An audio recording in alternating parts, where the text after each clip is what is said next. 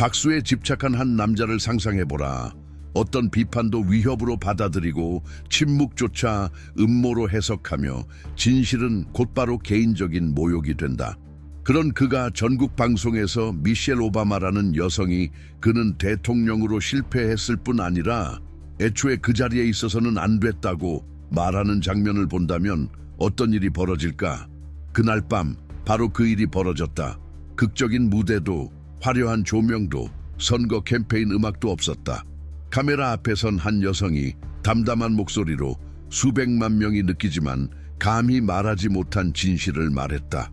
도널드 트럼프는 이 나라의 잘못된 대통령입니다. 그는 시간도 권력도 기회도 가졌습니다. 하지만 그는 해내지 못했어요. 그는 이미 무너졌고 감당할 수 없습니다. 그리고 본래부터 감당할 수 없었어요. 이건 증오의 연설이 아니었다. 정치 연극도 아니었다. 그리고 진짜 진단이 그렇듯 그 말은 아팠다. 숨기지 않고 드러내기 때문에 아프고 양해를 구하지 않기 때문에 아프며 무엇보다 모두가 이미 알고 있었기 때문에 더 아팠다. 다만 누군가가 그것을 명확하게 말할 용기가 필요했을 뿐이다. 다음 날 아침 우리는 상처 입은 지도자의 반응을 본 게 아니다. 자존심에 치명타를 입은 한 남자의 분노 폭발을 본 것이다. 트럼프는 데이터로 반박하지도 논리로 설명하지도 않았다. 그저 그 영상은 예전 것이며 수치가 틀렸고 생방송도 아니었다고 말했다. 그리고 결국은 버락 오바마 탓을 했다. 마치 내가 여기 있는 건 그의 잘못이야. 나도 원하지 않았어. 라는 유치한 투정처럼. 유치했지만 동시에 아주 드러내놓고 말해주는 장면이었다. 도널드 트럼프가 끝내 이해하지 못한 한 가지는 미국 대통령이라는 직책이 단순히 게임에서 이기고 팔로워를 늘리고 언론 헤드라인을 차지하는 일이 아니라는 것이다. 그건 순간을 감당할 자격이 있는가의 문제이다. 그리고 그는 결코 그 자격이 없었다. 미셸 오바마는 그의 행정적 실패만을 드러낸 것이 아니었다. 그녀는 더 깊고 더 무서운 진실, 바로 도덕적 파산을 드러냈다. 그리고 바로 그것이 트럼프를 공개적으로 무너지게 만든 것이다. 미셸이 말할 때 그녀는 슬로건도 홍보 문구도 읽지 않았다. 그녀는 단지 평범한 시민들이 공적 인물에게 듣고 싶었던 말을 한 것이다.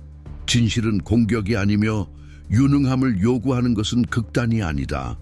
트럼프는 항상 그랬듯 궁지에 몰리자 전달자를 공격했다. 그녀를 못되게 구는 나티, 여자라고 불렀고 판도라의 상자를 열었다고 했으며 큰 실수를 저질렀다고 말했다. 하지만 그녀의 실수는 무엇이었나? 그가 성폭력으로 유죄 판결을 받았다고 말한 것. 그가 수백만 명의 권리를 박탈하면서 억만장자 친구들만 배불렸다고 말한 것. 그가 대통령직을 모욕과 연극과 거짓말의 무대로 전락시켰다고 말한 것. 문제는 트럼프가 마주한 상대가 목소리를 높이지 않아도 들리는 사람이라는 것이다. 예의 없이 구는 대신 품위를 지키는 사람, 거짓 없이 감동을 주는 사람, 그리고 그것이 그를 무너뜨린다. 그의 세계는 모든 것이 연출된 쇼다. 인간의 가치는 얼마나 쓸모가 있느냐로 판단된다. 하지만 미셸은 그 게임을 하지 않는다. 그녀는 청중에게 아첨하지 않았다. 분노를 감추지도 않았다. 그녀는 단지 이렇게 보여주었다. 직책을 차지하는 것과 그것을 존중하는 것의 차이, 의무감으로 말하는 것과 양심으로 말하는 것의 차이, 대통령이라는 직함을 갖는 것과 그에 걸맞게 행동하는 것의 차이. 트럼프는 예의 늘 그렇듯 비난하고 회피하고 아무 일도 아닌 것처럼 굴었다. 마치 이 나라가 자신을 중심으로 돌아가는 리얼리티 쇼라도 되는 양. 다른 모두는 그의 망상 속 조연일 뿐이라는 듯. 그러나 그 절박한 반응은 분명히 보여주었다. 미셸 오바마는 그의 갑옷을 꿰뚫었다. 그는 피를 흘릴 수 있다는 사실을 드러냈다. 그리고 무엇보다 중요한 건 그가 두려워하는 존재가 누구인지 보여주었다. 그는 굴복하지 않는 여성을 두려워한다. 겁먹지 않는 여성을. 진실을 말할 때 허락을 구하지 않는 여성을. 금빛 궁전 따위에 현혹되지 않는 여성을. 왜냐하면 그녀는 그 화려함 뒤에 썩은 냄새를 잘 알고 있기 때문이다.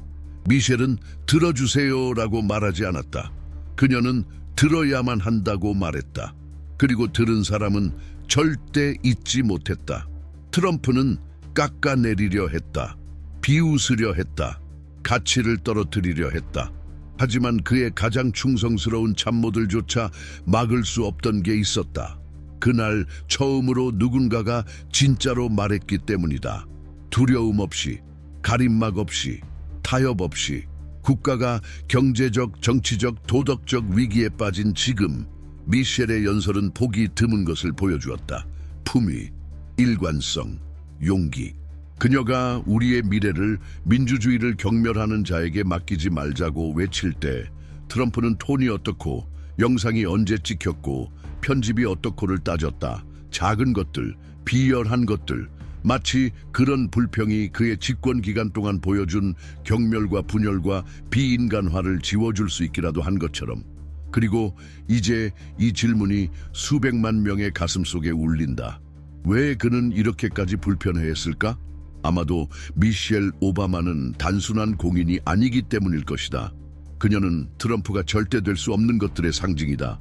여성, 흑인, 존경받는 사람, 지성 있는 사람, 공격적이지 않으면서도 단호한 사람, 억압하지 않으면서도 강한 사람. 그녀는 트럼프가 절대 돈으로 살 수 없는 것을 갖고 있다. 바로 진정성이다. 그리고 그 진정성은 그에게 거울 앞의 흡혈귀처럼 느껴진다.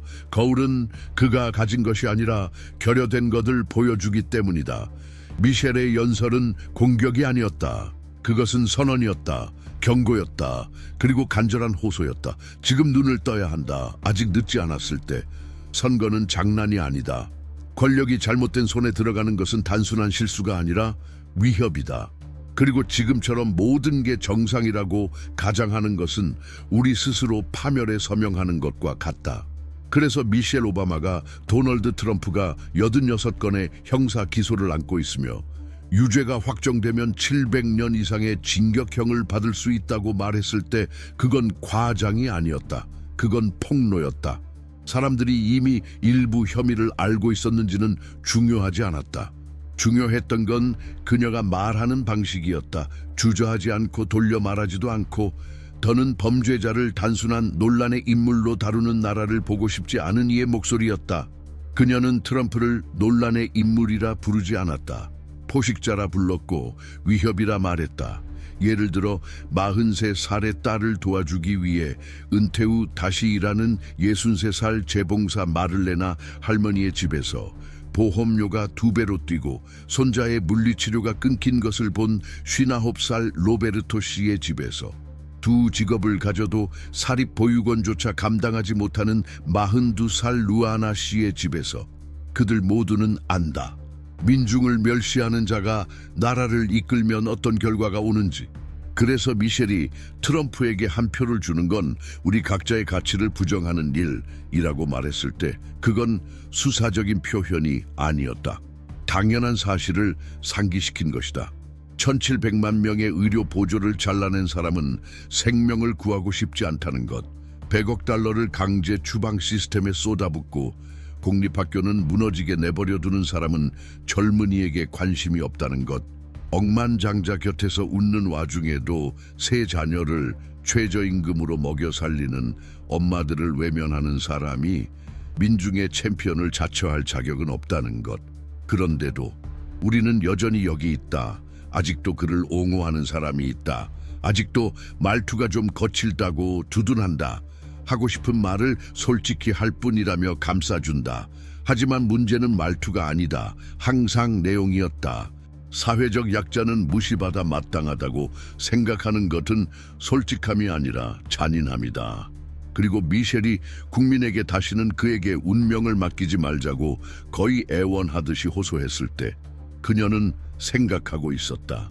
급식이 끊긴 어린이들, 약을 못 사게 된 노인들, 가스비와 쌀 중 하나를 택해야 했던 수많은 가정을, 그리고 가장 아픈 건 이 모든 게 우연이 아니었다는 사실이다. 그건 선택이었다. 계획된 프로젝트였다. 공감을 약함으로 바꾸고 진실을 적으로 만들며 빈곤을 엑셀 숫자로 환산하는 시스템. 분노를 연료로 쓰고 거짓을 전략으로 삼고 공포를 통치 도구로 삼는 구조. 미셸은 알고 있었다. 그래서 그녀는 트럼프를 비판해달라고 요청한 게 아니다. 그녀는 그를 멈춰달라고 했다. 40을 넘긴 이들은 안다. 정치적 순수함이 세월 속에서 어떻게 사라지는지. 변화를 믿고 투표했지만 결국 똑같은 현실을 맞이한 날의 씁쓸함을, 그리고 자식에게 우리가 가진 게 이거야 라고 말하며 부끄러웠던 순간들을. 그래서 미셸이 그 고통을 정확히 짚어냈을 때 사람들은 충격이 아니라 안도감을 느꼈다. 왜냐하면 진실은 아무리 아파도 거짓보다 견딜만 하니까. 당신은 몇 번이나 이 나라를 떠나고 싶다고 생각했는가? 몇 번이나 뉴스를 보며 무력감을 느꼈는가? 몇 번이나 내가 뭘 해도 바뀌지 않는다고 느꼈는가?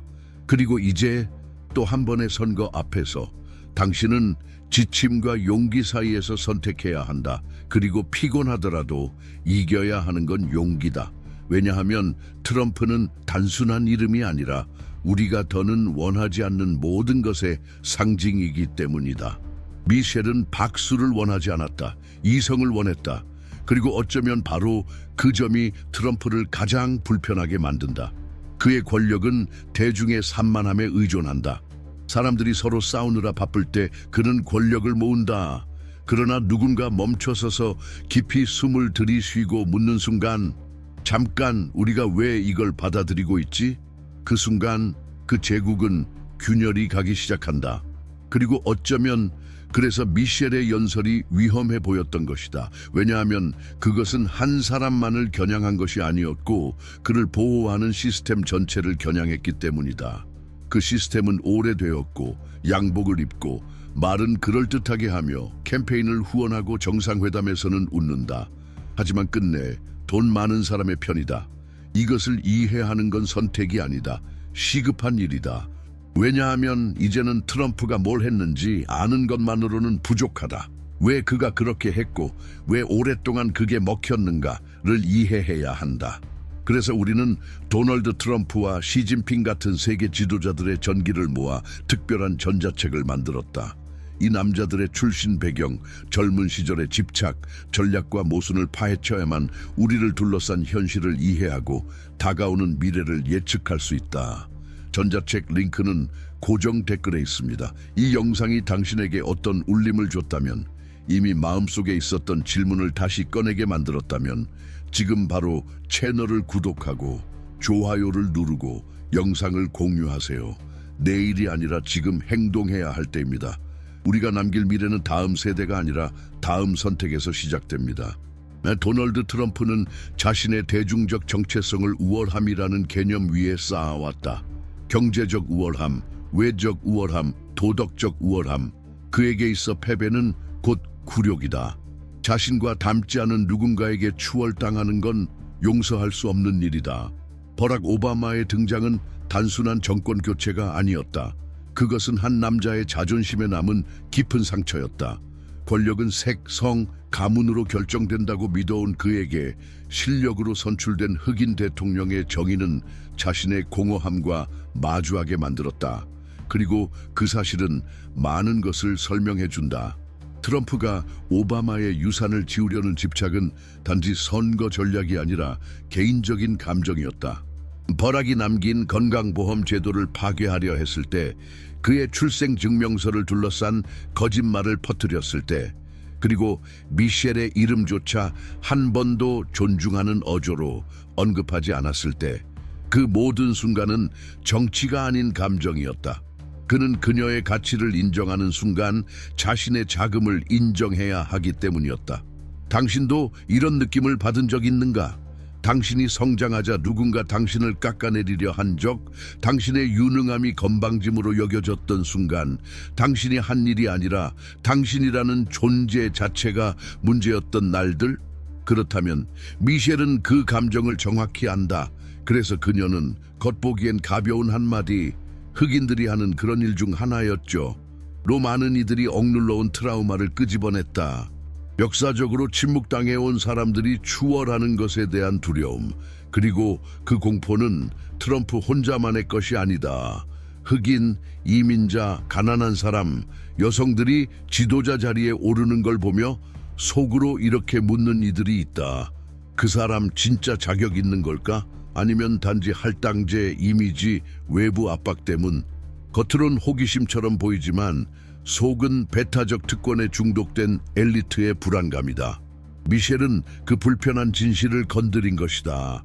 트럼프만이 아니라 정상 딩샹을 나누는 것 자체에 겁먹는 구조 전체를, 최근 몇 년간 다른 목소리를 중심에 두었다는 이유만으로 얼마나 많은 진보가 위협으로 취급되었는가? 정의는 언제부터 모욕이 되었는가? 포용은 언제부터 전쟁이 되었는가? 미셸은 자신의 존재에 대해 사과하지 않았다. 그리고 그것이 불편하다.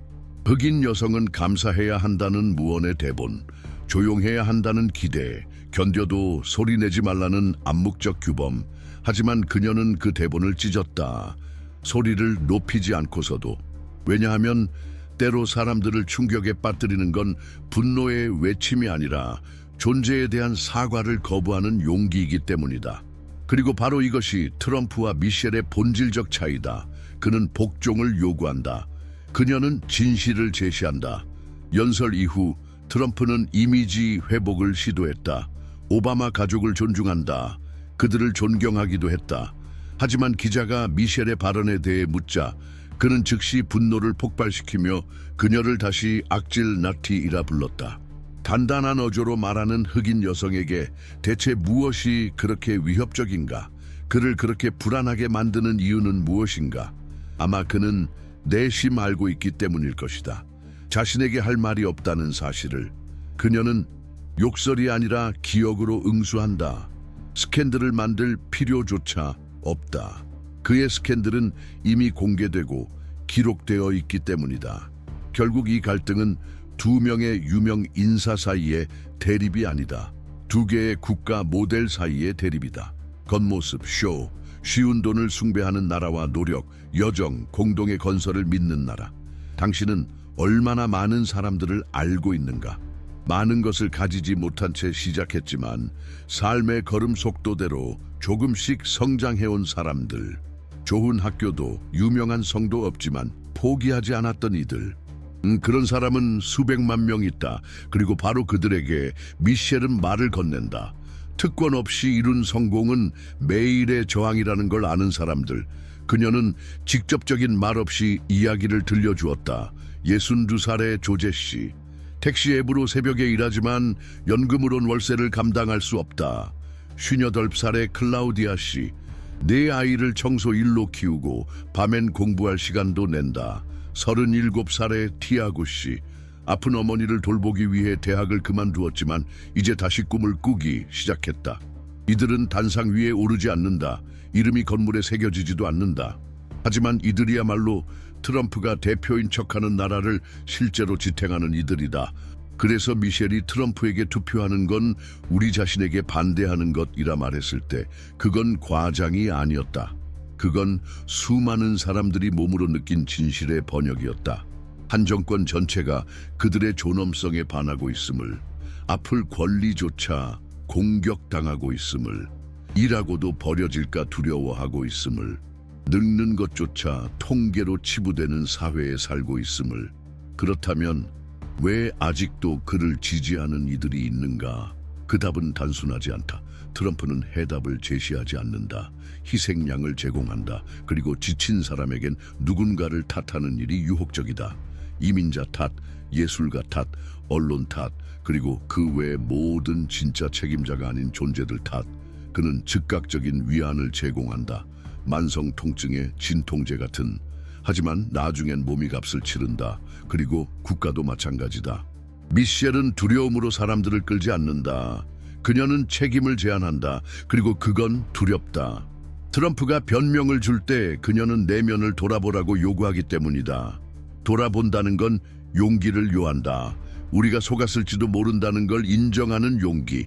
우리가 잘못된 선택을 했을 수도 있다는 용기. 그저 또 하나의 선거라 생각했지만 사실은 되돌릴 수 없는 분기점이었다는 걸 받아들이는 용기. 워싱턴의 복도에서는 카메라가 악수와 갈라 디너를 포착하는 사이 훨씬 더 더러운 게임이 동시에 벌어지고 있다. 아무도 고백하지 않지만 모두가 알고 있는 게임. 그리고 바로 그 지뢰밭 같은 무대에 크리스 머피 상원 의원이 등장했다. 영웅처럼이 아니라 아마도 공공연한 경매처럼 나라가 팔려가는 걸 지켜보는데 지친 한 사람으로서 속삭이는 걸 멈추고 소리치기로 결심한 사람이었다.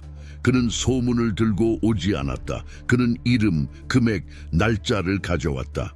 외교라는 가면을 쓴 영향력 네트워크가 어떻게 미국의 외교 정책 나침반을 단 한 가족의 주머니를 향해 꺾고 있는지 직접 가리켰다. 하지만 이 이야기에서 더 불편한 것은 사실 자체가 아니다. 바로 습관화된 부패다. 부패가 마치 제도적 인테리어처럼 너무나 익숙하게 존재하게 된 현실. 머피는 자극적인 말을 쓰지 않았다. 단지 묘사했을 뿐이다. 걸프 국가들이 수십억 달러를 불투명한 계약에 쏟아붓고 사적 제트기를 선물처럼 제공하며 신생 기업에 유령 투자를 쏟아붓는 구조, 그리고 그 모든 축이 도널드 트럼프를 중심으로 돌아가고 있었다. 그가 퇴임한 후에도. 아니, 정말 퇴임했을까? 당신은 한 번이라도 이런 생각을 해본 적 있는가? 왜 어떤 결정이 그렇게 쉽게 내려질까? 왜 오랜 동맹은 무시되고 독재자는 레드카펫으로 맞이받을까? 왜 수십억 달러 규모의 계약이 본회의에서도 거의 논의되지 않은 채 승인되는가? 언제나 겉보기엔 공식적인 설명이 있다. 하지만 진짜 이유는 늘 뒤편, 소수만 드나드는 그 방에 있다. 그리고 그 방에서 깨끗하게 나오는 사람은 거의 없다. 크리스 머피는 그 방에 비어있는 약속이 아니라 요구를 들고 들어갔다. 표결, 토론, 공개. 그는 카타르와 아랍에미리트를 대상으로 한 2건의 무기 판매를 막았다. 그 이유는 명확했다.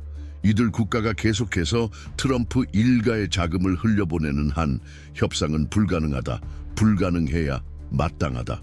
하지만 협상은 진행됐다. 공개된 폭로에도 불구하고 기계는 계속 돌아갔다. 의원들은 눈을 돌렸고 주류 언론은 미지근한 보도를 내놓았다. 그리고 국민은 지쳐서 따라갈 여유도 없었다. 전기요금조차 감당하기 어려운 사람에게 어떻게 분노를 요구할 수 있을까? 두 직업을 잃고도 아이들에게 웃어야 하는 부모에게 어떻게 감시를 요구할 수 있을까? 하지만 어떤 순간에는 가장 체념한 사람조차도 느낀다. 지금 무언가 매우 잘못되고 있다는 것을. 그리고 그건 미래가 아니라 지금 벌어지는 일이다. 트럼프의 사위 자레드 쿠슈너는 정부를 떠나자마자 투자 펀드를 만들었다. 그리고 거의 즉시 그 펀드는 사우디아라비아 국부 펀드로부터 20억 달러를 받았다. 20억, 200만도 아니다. 서비스 계약도 아니다. 신생 펀드에 대한 직접 투자였다.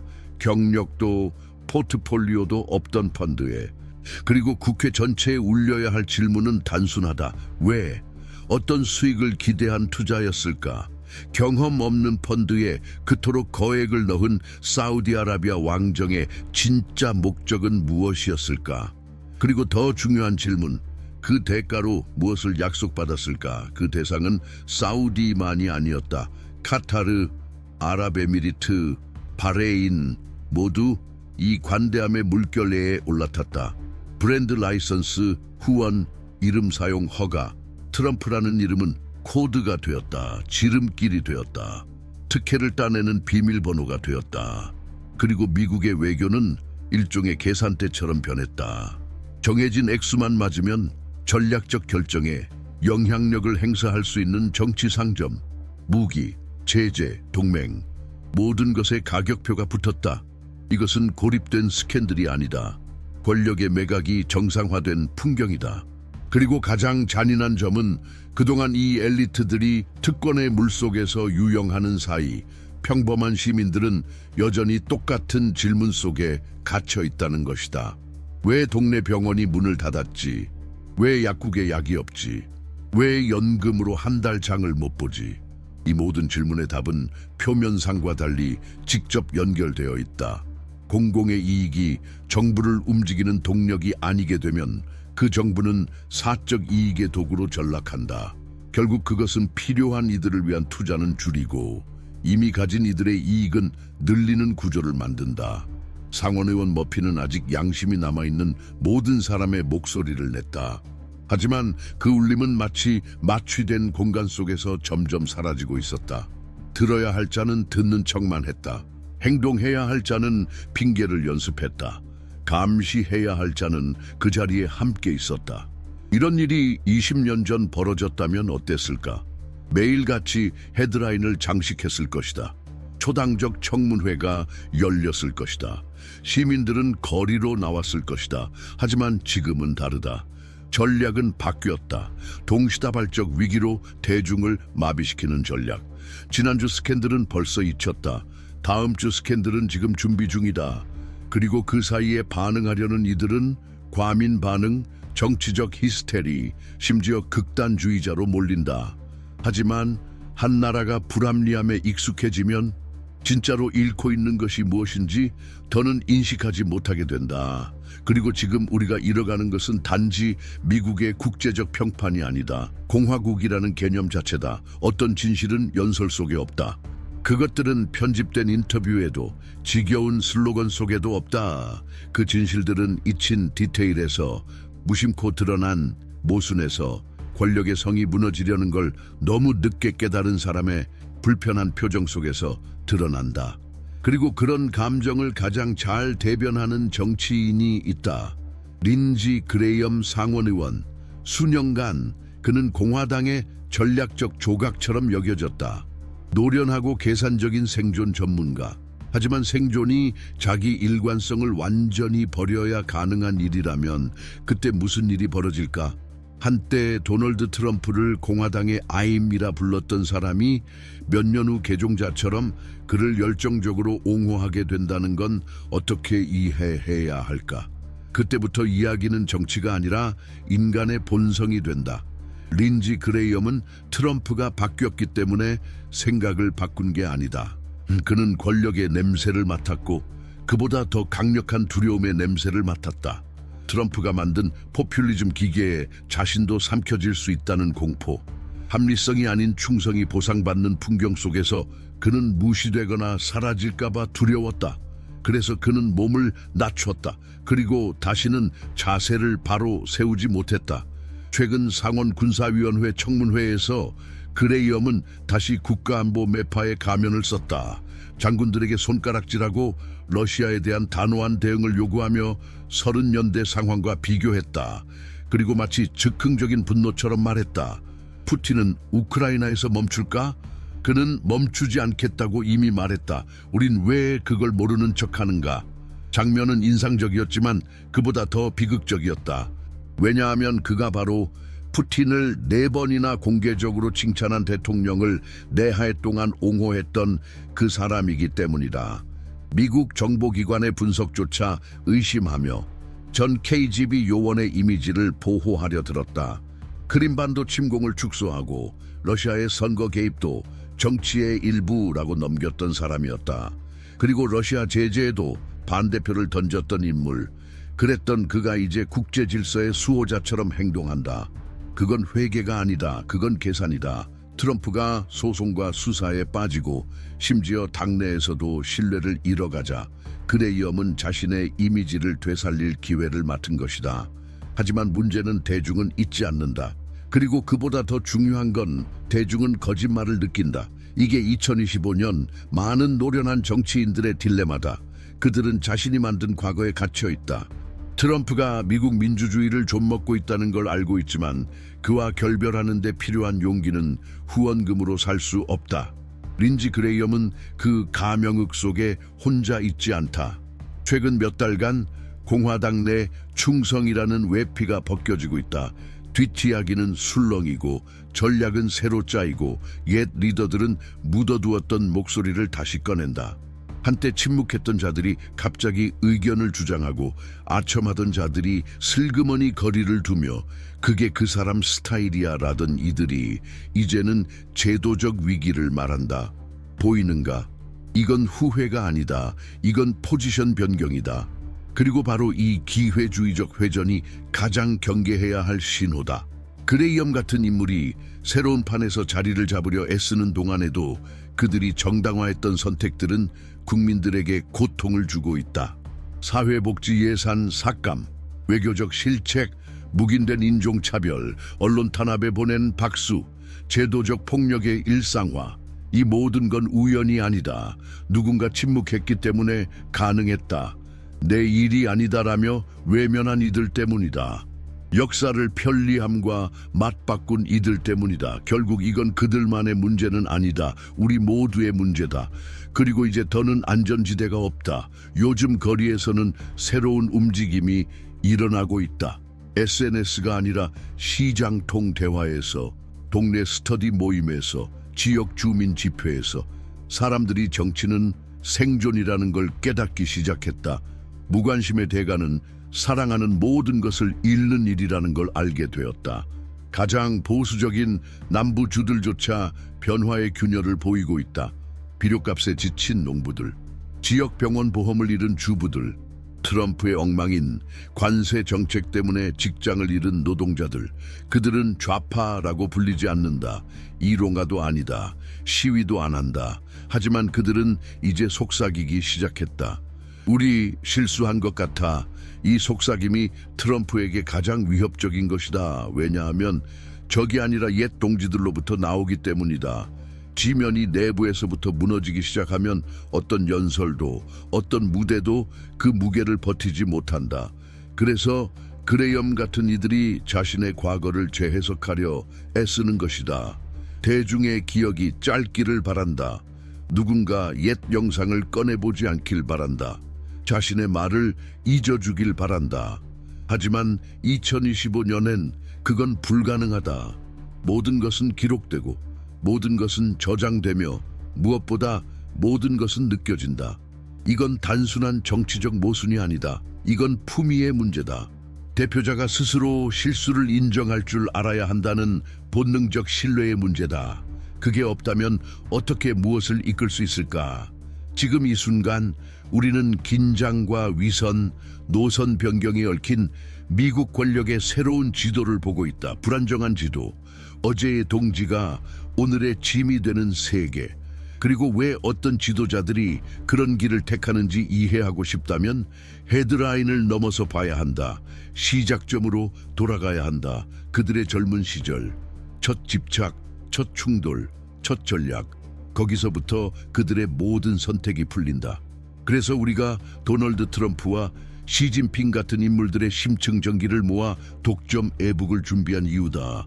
그들의 뿌리부터 이해해야 빛이 그림자를 밀어내고 지금 이 세계를 움직이는 코드가 비로소 풀린다. 링크는 댓글 고정에 있습니다. 밤마다 뼈가 아파서 우는 아이, 그 옆에서 검사를 기다리며 아무것도 못하는 아버지, 그런 장면을 상상해 본 적 있는가? 아들의 종양이 한 달만 일찍 발견됐으면 치료 가능했을 거라고 한 어머니에게 설명해 본 적 있는가? 하지만 실험실엔 시약이 없었고 의사는 해고됐고 예산은 또 잘려서 수십억 대기업의 세금 혜택이 돌아갔다. 바로 지금 우리가 있는 현실이다. 추상적인 정치 결정이 일상의 틈 사이로 피처럼 스며들어 뉴스에는 보이지 않지만 병원 복도에서 비명처럼 울린다. 이건 은유가 아니다. 치료받지 못해 낫지 않는 골절들. 멀리 있는 남성들이 내린 결정 때문에 작은 몸들이 짓눌려 간다. 그들은 자신의 결정으로 누가 죽는지도 모른다. 그리고 그들 중 일부는 정치 연극의 단골 조연, 린지 그레이엄 같은 자들은 광을 낸 가구처럼 겉은 번지르르 하지만 속은 썩어 있다. 하지만 이번엔 무언가 달라졌다. 속삭임에 불과하던 목소리가 말이 되었다. 흰 가운을 입은 여성, 현장에서 이 모든 걸 직접 목격한 이가 이 판에 들어왔다. 후보가 아니라 살아남은 자로서. 애니 앤드루스 박사, 소아과 전문의, 44살, 엄마. 그리고 이제 오랜 세월 침묵만이 처방된 주에서 상원의원 후보. 치료 가능한 병으로 죽은 아이를 처음 본 건 레지던시 2년 차였다. 이름은 조슈아, 5살, 낭포성 섬유증. 공공 시스템에서 특별 허가만 받으면 치료 가능했다. 하지만 서류는 서랍에 잠들었고 4주 뒤 조슈아는 설명할 수 없이 작은 관에 들어갔다. 앤드루스는 그 어머니의 얼굴을 잊지 못했다. 그녀가 조용히 마치 사과하듯 말했기 때문이다. 우린 할 수 있는 건 다 했어요, 박사님. 근데 우린 성이 없어요. 세월이 지나 안정된 커리어를 쌓은 뒤 앤드루스는 깨달았다. 진료 기록에는 명시되지 않은 공통점이 있었다. 피부색, 동네, 소득, 학력. 기록엔 없었지만 부재에 있었다. 재진 없음, 검사 없음, 경청 없음. 그리고 무엇보다 희망 없음. 병이 죽음을 부르는 게 아니다. 세상이 나를 생각하지 않는다는 확신이 죽음을 부른다. 그 수많은 작은 죽음이 앤드루스를 움직였다. 그녀는 이 판의 룰을 알고 있었다. 린지 그레이엄 같은 자들이 수십 년간 열쇠를 쥐고 있었다는 사실도, 병원 하나의 예산을 넘는 모금 기계들과 싸워야 한다는 것도. 그럼에도 그녀는 들어왔다. 후견인도 정치적 빚도 없이. 프로토콜 뒤에 숨은 정치는 정제된 살인이다. 이 진실을 아는 사람으로서. 하지만 뉴스에 등장한 건 이게 아니었다. 늘 그렇듯 기성 언론은 이렇게 물었다. 상대 후보가 선거 자금으로 10억 달러를 가진 상황에서 어떻게 경쟁하실 겁니까? 앤드루스는 깊이 숨을 들이쉬고 말했다. 진실로요. 그리고 그가 만든 결정들 때문에 제가 묻어야 했던 아이들의 이름으로요. 이 답변은 화제가 되지 않았다. 헤드라인에도 오르지 않았다. 하지만 퍼졌다. 정말 중요한 곳으로. 진료 대기실, 지역 커뮤니티 센터, 일요일 점심 식탁, 가득 찬 버스 안. 버림받은 사람들은 기술 용어가 아니라 눈을 보고 말해줄 사람을 원한다. 나도 알아요. 그리고 이대로는 못 참겠어요. 이 싸움은 단순히 선거에서 이기는 일이 아니다. 집단적 마취 상태를 깨는 일이다. 늘 최악을 예상하며 살아온 사람들에게 그 최악이 바뀔 수 있다고 말해주는 일이다. 세상을 바꿀 수 없다고 믿게 만든 구조를 하나하나 분해하는 일이다. 그리고 그 구조의 핵심엔 30년간 자리를 지켜온 그레이엄 같은 존재들이 있다. 그들은 마치 땅의 일부처럼 바꿀 수 없는 것처럼 여겨졌다. 하지만 책임이 있다. 눈 감은 채 예산안을 통과시켜온 직접적 책임. 그레이엄의 전략가들이 간과한 게 있다. 30세에서 65세 세대, 이제는 달라졌다. 그들은 더 이상 정제된 연설에 속지 않는다. 선거 직전의 공약에 감동하지 않는다. 그들은 봤다. 보험이 종이 조각이 되는 걸, 아이들이 굶은 채로 학교에 돌아오는 걸, 연금이 줄어드는 걸, 어머니가 모르핀 없이 세상을 떠나는 걸. 그리고 지금 재탕된 정치인들을 바라보며 묻는다. 당신들 특권 지키자고 우린 몇 번 더 죽어야 합니까? 그레이엄은 늘 쓰던 무기로 방어한다. 전쟁 은유, 감세 공약, 옛날 광고에 나올 법한 이상적 미국 이야기. 하지만 대본 밖에서 현실은 거짓말을 허락하지 않는다. 예방 가능한 어린이 사망률은 다시 증가 중. 의료 연구 예산은 대기업 이익 프로그램으로 전환 중. 사우스캐롤라이나주에서는 어린이 빈곤율이 전쟁 중인 국가 수준. 앤드루스는 그 현실을 통계로 말하지 않는다. 이야기로 말한다. 카밀라, 7살, 심각한 감염으로 입원. 할머니 혼자 키우는데 기초 진료를 제때 못 받았다. 다비, 10살, 청력 일부 상실. 청력 선별센터가 폐쇄되었기 때문. 클라라, 4살, 희귀병. 단일 사례에 그렇게 많은 돈을 쓸 순 없다며 치료 거부. 이 이름들은 팸플릿엔 없다. 하지만 의사의 기억 속에 남아있다. 삶이 손실로 계산되는 현실을 견딘 이의 기억으로. 그래서 앤드루스의 캠페인은 캠페인이 아니다. 절규다. 호소다. 거부 선언이다. 워싱턴의 복도에 불편하게 울려 퍼지는 경종이다. 그녀는 자리를 얻으려는 것이 아니다. 정치를 사업으로, 고통을 소음으로 여기는 체제의 정당성을 부수려는 것이다. 그리고 가장 중요한 사실은 이것이다. 그레이엄도 알고 있다. 게임이 바뀌고 있다는 걸. 국민은 더 이상 그렇게 쉽게 조종되지 않는다. 누적된 고통은 이제 저항이 되었고, 침묵은 이제 외침이 되었고, 종신의원의 시대는 끝을 향해 가고 있다. 그래서 그는 최근 몇 주간 자신의 서사를 바꾸려 애쓰고 있다. 국민의 목소리에 귀 기울이겠다. 우선순위를 재검토하겠다. 건설적 대화를 하겠다. 하지만 기억은 무겁다. 아이를 묻은 부모는 그렇게 쉽게 잊지 못한다. 앤드루스는 가능성이 없다고 말하는 이들이 있다. 시스템이 그녀를 삼킬 거라고, 기계는 무적이라고. 하지만 그런 말을 하는 이들은 지금 무엇이 걸려 있는지 모른다. 죽음과 마주해본 사람에게 선거에서의 패배는 가장 두려운 일이 아니다. 가장 무서운 건 고통이 또다시 숫자로 치환되는 걸 지켜보는 것. 당신은 눈치챘나요? 모두가 다른 곳을 바라보는 사이 우리에게서 무엇이 사라져갔는지 판단하지 않고 귀 기울이려는 태도, 함께 미래를 그려보려는 의지, 박수를 받지 못해도 정직함과 일관성이 여전히 가치 있다고 믿는 마음, 그 모든 것이 조금씩 사라졌습니다. 참여를 구경으로 바꾸고 책임을 공연으로 만든 정치가 조용히 모든 걸 바꿔버렸습니다. 무대 위에선 똑같은 약속이 반복되었지만 거리에는 닿지 않았습니다. 그리고 조명이 꺼진 곳에서 삶은 점점 더 고단해졌고 더 불평등해졌고 더 보이지 않게 되었습니다. 하지만 아직 방향을 바꿀 수 있습니다. 지금도 늦지 않았습니다. 과거의 실수를 후회가 아니라 반복하지 않기 위해 되짚을 시간, 각자의 행동이 더 큰 움직임의 일부임을 깨달을 시간. 민주주의는 형식적인 절차가 아닙니다. 생각의 충돌이며 경청이며 끊임없는 존재의 확인입니다. 슬로건이 아니라 매일의 선택으로 만들어집니다. 그리고 그 선택은 대부분 조용하게 이루어집니다. 어쩌면 바로 그런 자각이 기득권자들을 불안하게 만드는 것일지도 모릅니다. 모든 연극이 펼쳐지는 와중에도 아직도 대본 외우기를 거부하는 사람들이 있다는 사실. 평범하지만 깨어있는 사람들이 용기 있게 말하고 있다는 사실. 나는 동의하지 않는다. 나는 받아들이지 않는다. 나는 이 대본을 따르지 않겠다. 이제는 고통을 기술 용어로 포장하는 것도, 버림받음을 고급 언어로 변명하는 것도, 죽음을 통계로 설명하는 것도 더는 받아들일 수 없습니다. 빈 껍데기뿐인 정치의 시대는 끝났습니다. 이제는 재건의 시간입니다. 그리고 재건에는 희귀한 것이 필요합니다. 바로 진정성.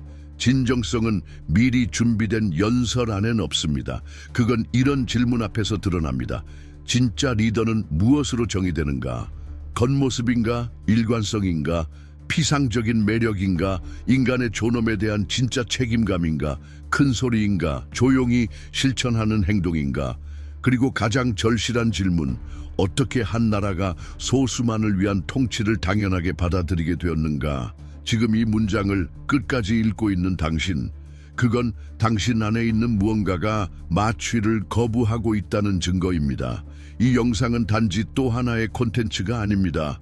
의식의 틈입니다. 깨어남의 신호입니다. 누군가는 아직 생각하고 있고 아직 느끼고 있으며 아직 저항하고 있다는 사실을 잊지 않도록 만드는 말입니다.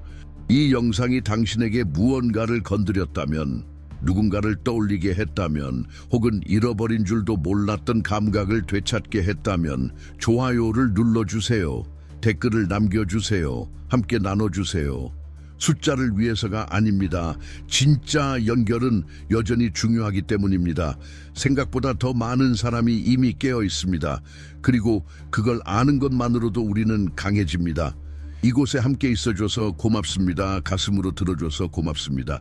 이 길을 함께 걸어줘서 고맙습니다. 다음 영상에서 다시 만나요.